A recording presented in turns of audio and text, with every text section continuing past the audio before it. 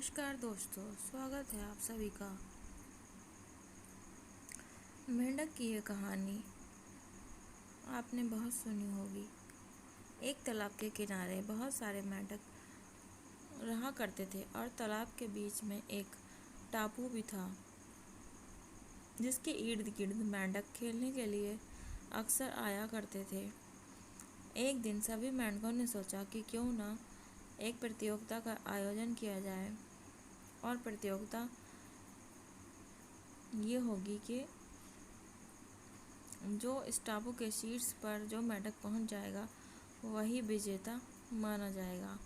अब उनकी प्रतियोगिता शुरू हुई। सारे मेंढक प्रयास करने लगे। कोई गिर रहा था, कोई ऊपर चढ़ रहा था। काफ़ी समय तक ये खेल चलता रहा। अब कुछ मेंढकों ने हार मान ली और पंचायत वाली मुद्रा में बैठ गए ताकि बाकी मेंढकों को ज्ञान दिया जा सके।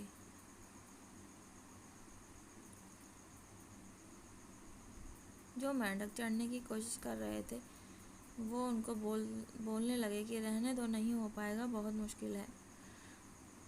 कितने सारे मेंढकों ने हार स्वीकार कर ली। इस तरह की नकारात्मक बातें मेंढक बोल रहे थे, मगर इन सब के बीच एक मेंढक था जो अपनी धुन में चढ़ रहा था और बार बार गिर रहा था, लेकिन वो कोशिश पूरी कर रहा था और पंचायती मेंढक उसको भी ज्ञान दे रहे थे कि देखते ही देखते वह टापू के शीर्ष पर पहुंच गया। सारे मेंढक अचंभित थे। जब वो नीचे आया तो सभी मेंढक उससे पूछने लगे कि तुमने ये सब कैसे किया। तो वह मेंढक तो कुछ नहीं बोला, लेकिन उसका मित्र बोला कि इससे क्या पूछते हो, यह कुछ नहीं सुन सकता। यानी कि मेंढक बहरा था। अगर वो बहरा नहीं होता तो उसके दिमाग में भी हीन भावना का प्रवेश हो जाता और वह इस मुकाम पर नहीं पहुंच पाता। रुकावट का कारण भी तो यही होता है दोस्तों। तरह तरह के लोग फफ्तियाँ कसते हैं, तुमसे नहीं होगा, कोशिश करना बेकार है। ये ज़रूरी नहीं कि उनसे नहीं हुआ तो कोई दूसरा भी उस काम को नहीं कर सकता। यकीनन कर सकता है, लेकिन सिर्फ ज़रूरत होती है तो बस उस मेंढक जैसे बहरे होने की, ताकि ज्ञानी लोगों को नज़रअंदाज किया जा सके।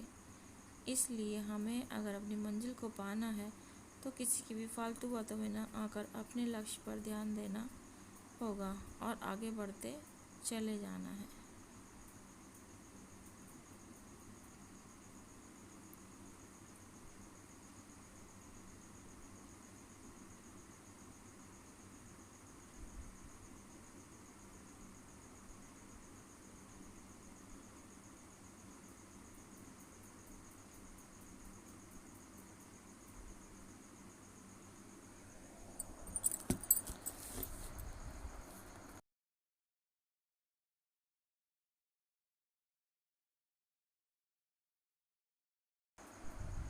धन्यवाद।